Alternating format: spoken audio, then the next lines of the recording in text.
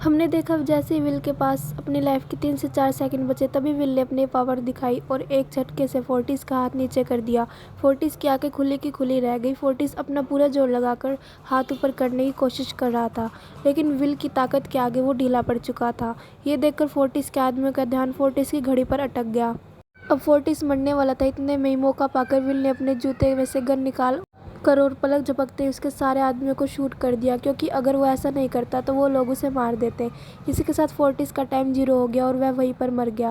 Will और Sylvia जल्दी से वहाँ से भाग निकले। इसी दौरान उसने देखा कि अमीरों ने सारा खेल पलट दिया था। विल और सिल्विया ने गरीबों में जितना भी टाइम बांटा था उसकी वैल्यू अब कुछ भी नहीं रही थी, क्योंकि अमीरों ने महंगाई के दर को कई गुना बढ़ा दिया था। यह देख विल हारा हुआ महसूस करने लगा। उसे लगा मैं कभी भी इन गरीबों को हक नहीं दिला सकूंगा। उसने सिल्विया से कहा अब सब खत्म हो चुका है। अगर वो लोगों को 1000 साल भी बांट दे तो अमीर लोग महंगाई को और ज़्यादा बढ़ा देंगे, जिससे लोगों की हालत कभी नहीं सुधर पाएगी। सिल्विया ने कहा कि कोई तो रास्ता होगा। इस पर विल ने कहा हमें लाखों साल चुरा कर इनको देने होंगे, तब जाकर हम लोगों महंगाई को कम कर सकते हैं। हालांकि यह इतना आसान नहीं था। सिल्विया ने इसके लिए एक प्लान सोच रखा था। अगली ही सुबह फिलिप जब अपनी बॉडीगार्ड साथ ऑफिस पहुंचा तभी सिल्विया वहां आई और उसने अपने पिता से कहा वो सरेंडर करना चाहती है। सारे गार्ड्स ने सिल्विया पर गन तान दी, लेकिन तभी वहाँ पीछे से गार्ड के बेस में छिपा हुआ विल वहाँ पर आ पहुंचा। उसने फिलिप के सर पर गन रखी और उसके जरिए लॉकर का दरवाज़ा खुलवाया। विल और सिल्विया ने उसके लॉकर में से टाइम कैप्सूल चुरा लिया, जिससे 10 लाख साल का टाइम मौजूद था। इस टाइम कैप्सूल के एक साल गरीबों की मौत से आया था। विल और सिल्विया वह टाइम कैप्सूल लेकर भाग जाते हैं। इधर रेमंड को जब यह बात पता चलती है तो वह फ़ौरन विल और सिल्विया के पीछे लग गया। रेमंड ने अपने हाथ में घड़ी की देखा तो उसके पास 1 घंटे से भी बहुत कम टाइम बचा हुआ था। वह हेडक्वार्टर कॉल करके कहता है कि मुझे मेरे सैलरी कैप्सूल में भेज दो, मेरे पास टाइम कम है। लेकिन इससे पहले कि वह अपनी बॉडी में कैप्सूल से टाइम ट्रांसफ़र कर पाता उसे विल की कार दिख जाती है और वह कैप्सूल से अपनी बॉडी में बिना ट्रांसफ़र किए उनके पीछे लग जाते, क्योंकि अगर वो 10 लाख साल गरीबों को मिल जाते तो गेटो टाइम जोन हर एक इंसान अमीर हो जाता और अमीरों का बन जाता। हर सिस्टम तहस नहस हो जाता। रेमंड ने विल और सिल्विया को पकड़ने के लिए अपनी पूरी जान लगा दी, लेकिन वो उन्हें रोक नहीं पाया। विल और सिल्विया रेमंड को चकमा देकर गेटो शहर आ गए और वह टाइम कैप्सूल बच्ची के हाथ में सौंप दिया।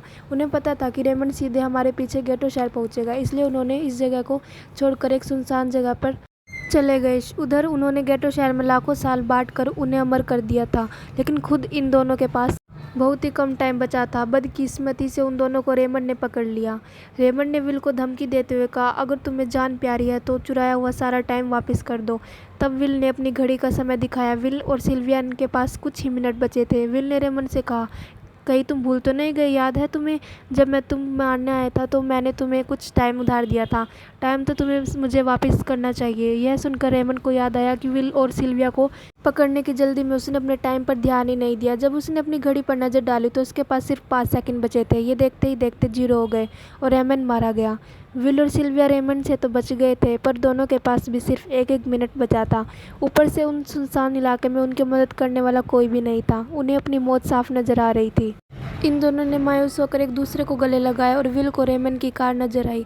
विल फौरन कार की तरफ भागा और वहां पहुंचकर उसने रेमंड की सैलरी का टाइम अपनी घड़ी में ट्रांसफ़र कर दिया। इसके बाद वह सिल्विया को भी टाइम देकर उसकी ओर भागने लगा। सिल्विया भी तेज़ी से विल की ओर दौड़ रही थी। सिल्विया के पास कुछ ही सेकंड बचे थे। ये बिल्कुल उसी तरह का पल था जिस तरह से विल ने अपनी मॉम को खोया था। विल ने अपनी मॉम को तो खो दिया था, पर सिल्विया को नहीं खोना चाहता था। विल सिल्विया के बिल्कुल करीब ही था। तभी सिल्विया विल की बाहों में गिर पड़ी। तभी विल ने सही वक्त पर सिल्विया का हाथ थाम लिया था, जिससे उसकी जान बच गई। विल और सिल्विया के बदौलत अब गेटो शहर के सारे लोग अमर हो चुके थे। अब उन्हें 1 घंटे तक फैक्ट्री में काम करने की कोई ज़रूरत नहीं थी।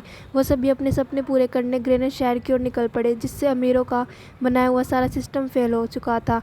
इसी के साथ कहानी ख़त्म हो जाती है। अगर आपको वीडियो अच्छी लगी तो हमें चैनल को सब्सक्राइब करो और वीडियो को ज़रूर लाइक करना।